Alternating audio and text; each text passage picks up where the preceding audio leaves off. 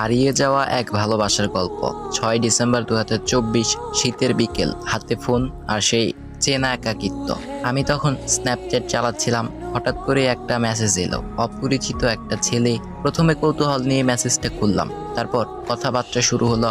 কথার পর কথা, একটু একটু করে আমরা কাছাকাছি চলে এলাম। ও আমাকে জিজ্ঞেস করলো আমি কোথায় থাকি। আমি উত্তর দিলাম বগুড়ায়। সে বিস্মিত হয়ে জানালো আমার বাসাও তো বগুড়া। যেন এক অদ্ভুত মিল, অজানা একটা টান। এরপর থেকে আমরা আরো গভীরভাবে কথা বলতে লাগলাম। দিন কেটে গেল, কথা চলতে থাকলো। একসময় ও বলল আমি তোমাকে ভালোবাসি। আমি চুপ করে থাকলাম, কারণ আমি সত্যি ওর প্রতি একটা ভালো লাগা অনুভব করছিলাম। কিন্তু তখন সে বগুড়ায় ছিল না, ছিল রংপুরে। সে বলল আমি বগুড়ায় আসতে চাই, তোমার সাথে দেখা করতে চাই। আমি রাজি হলাম, অপেক্ষা করা শুরু করলাম। কিন্তু হঠাৎ একদিন ও বলল ওর একটা ঝামেলা হয়েছে। আমি জানতে চাইলাম, ও শুধু এড়িয়ে গেল, কিছু বলল না। 2 দিন কেটে গেল, আমি চাপ দিতে লাগলাম। শেষমেশ ও বলল আমার খুব টাকার দরকার, তুমি কি আমাকে কিছু দিয়ে সাহায্য করতে পারবে? আমি দোটানায় পড়ে গেলাম। সে আমাকে বলতে লাগলো যে তোমার কানের দুল বিক্রি করে দাও প্লিজ। আমি প্রথমে রাজি হইনি, কিন্তু ওর প্রতি ভালোবাসা আমাকে দুর্বল করে দিয়েছিল। শেষমেশ আমি আমার কানের দুল বিক্রি করে ওকে টাকা দেই। 16 ডিসেম্বর 2024 সকাল 11টা। ওর অপেক্ষায় ছিলাম, আর সত্যি সে এলো। আমাদের প্রথম দেখা, সেই মুহূর্তটার জন্য কত অপেক্ষা করছিলাম। আমরা সময় কাটালাম একসঙ্গে, কিছু সময় ভাগ করে নিলাম।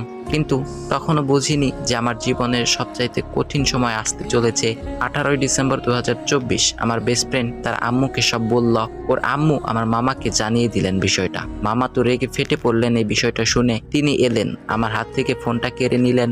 এরপর আমাকে পাঠিয়ে দিলেন নানুর বাসায়। যেন একটা বন্দি জীবন, ওর সাথে যোগাযোগের সব রাস্তা বন্ধ। 2 মাস পর আমি অনেক কষ্ট করে আবার ওর সাথে যোগাযোগ করলাম, কিন্তু তখন যেন সব বদলে গেছে। আগের সেই উল্লাস, সেই ভালোবাসা আর নেই। ও আগের মতো কথা বলে না, এড়িয়ে চলে যায়। আমি জিজ্ঞাসা করলাম তুমি এমন করছো কেন? ও বলল সব দোষ তোমার বেস্ট ফ্রেন্ড যদি না বলতো তাহলে এসব কিছুই হতো না। আমি ব্যাকুল হয়ে অনেক চেষ্টা করলাম, কিন্তু ও আস্তে আস্তে দূরে সরে গেল। একদিন ও আমাকে জানালো আমার বিয়ে ঠিক হয়ে গেছে, আমি আর তোমার সাথে কথা বলতে পারবো না।